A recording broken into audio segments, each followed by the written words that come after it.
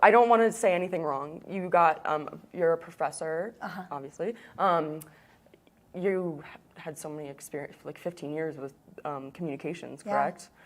So I'm saying all the right things. Yeah. Right? Yeah. Okay. Yeah. That's really good. Good job. Okay. Did your homework. Okay. Great. I'm nervous. You feel nervous? Yeah, that's because you care, right? I do. So that's totally I always tell students, like, if you didn't feel nervous, it meant that you weren't invested in it. So I feel like those butterflies are just because it's important to you. So embrace that. I'm sweating. Okay. Yeah. Okay. Whenever you're ready, go for it. Okay. We are reporting live back to you in Lake Tahoe. I'm with the Professor Liz. We are going to be chatting today about some important stuff. The first question I wanted to ask you is, people have a really broad kind of idea of what communications is. Can you possibly elaborate a little bit for us and tell, like, what's the different kind of side of that? Yeah, so I think you're absolutely right. A lot of people, when they think of communication or communication coaching, they think public speaking or getting on stage. And so what I love about communication is that we cannot not communicate. So we communicate with our clothes, we communicate with our head nodding, I love right? that. So, and most of what we communicate is actually nonverbal. So most of our communication is 65% or more is not with our words. It's actually with like our body language, our eye contact, and things of that nature. So, yeah.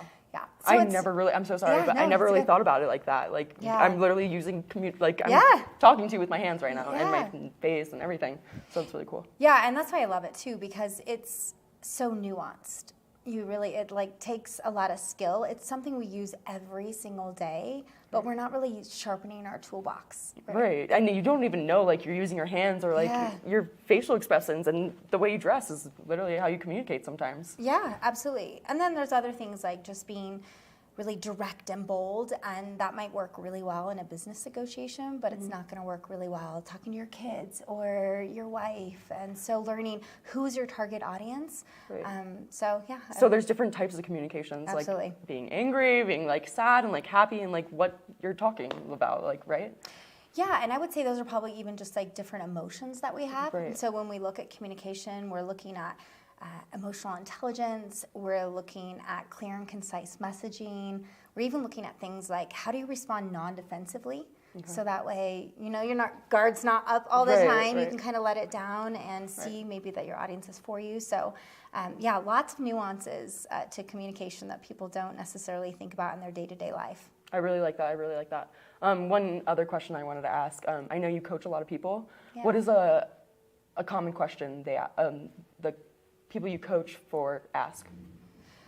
I don't know that there's necessarily a specific question that comes to mind, but I think what's different with my coaching is it's very tailored to whoever I'm coaching. And so I might have a client that does have communication apprehension and is nervous about speaking to others, but I have some that are dealing with debilitating feelings and emotions, that intrapersonal communication, the thoughts they say to themselves, and how that impacts and shows up in the world around them.